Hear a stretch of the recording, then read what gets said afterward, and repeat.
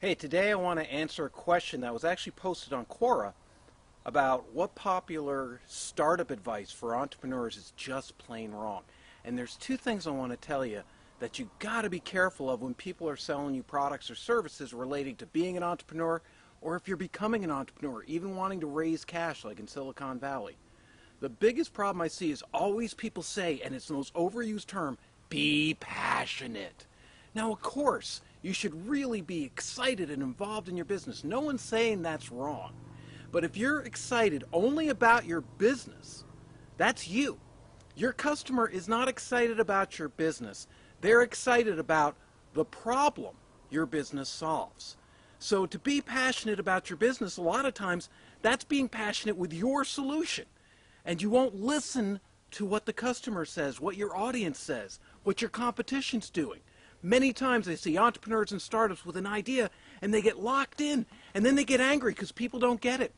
Or their competition is doing something that works and all they do is whine. Why? Because they're so passionate, they're wondering why everybody doesn't see it like them.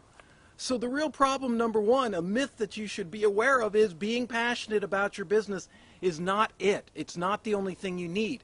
Yes, you need to do it, but make sure you are as passionate about the problem in your audience as your solution. That's where passion can be sort of a con. And the second most popular piece of advice that's just wrong is this idea that you're going to be free, that being an entrepreneur means freedom. You don't have a boss. You don't get hours set. You have to do it. Well, here's the deal. Sure, you're free from having a job, but unlike a job, it's up to you. You have to show up every day. You have to be responsible. So if something goes wrong, guess whose problem it is? Yours.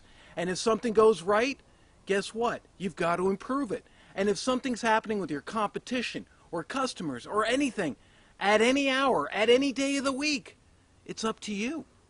So when you're planning your business and you're sitting there thinking, oh, great, now I can just sit around. A lot of people I see as entrepreneurs when they start, they think of it like a job, like they'll do it 9 to 5. And then if something goes wrong, they'll point a finger or look somewhere else or hope somebody can solve it, or somebody they're even working with on a temporary basis. I've seen people blame their virtual assistants and webmasters who work 20 hours a month, 5 hours a week, because they're not there all the time. Let me just tell you, the freedom being an entrepreneur is understanding that a full-time employee is 160 hours. You're probably going to have to spend more time than you think. So yes, you're free from having to work for anyone else, but the myth and the bad startup advice is thinking that this is like an easy job. It's not. And when you work it well and understand your hours, your time, how you control it, and clearly communicating to people, you will find freedom. But don't think just because you got rid of your job or you jumped into this, that this is easier than having a job. In many ways, having a job is easier, which is why you get paid less. And there's more opportunity, but there's also more risk. So this is my answer to the question, what popular startup advice for entrepreneurs is just plain wrong? And I hope this helps. Be passionate about what you do, but be passionate about the problem. And you want freedom? Create it. Organize your life, your business, and make sure it fits into your schedule, but make sure you're going to be able to spend the extra time. And you'll do fine. Get rid of the myths. Let's focus on reality. My name's Declan, and I'm done with this Pivot and Profit. How to avoid the most popular startup advice that's just plain wrong.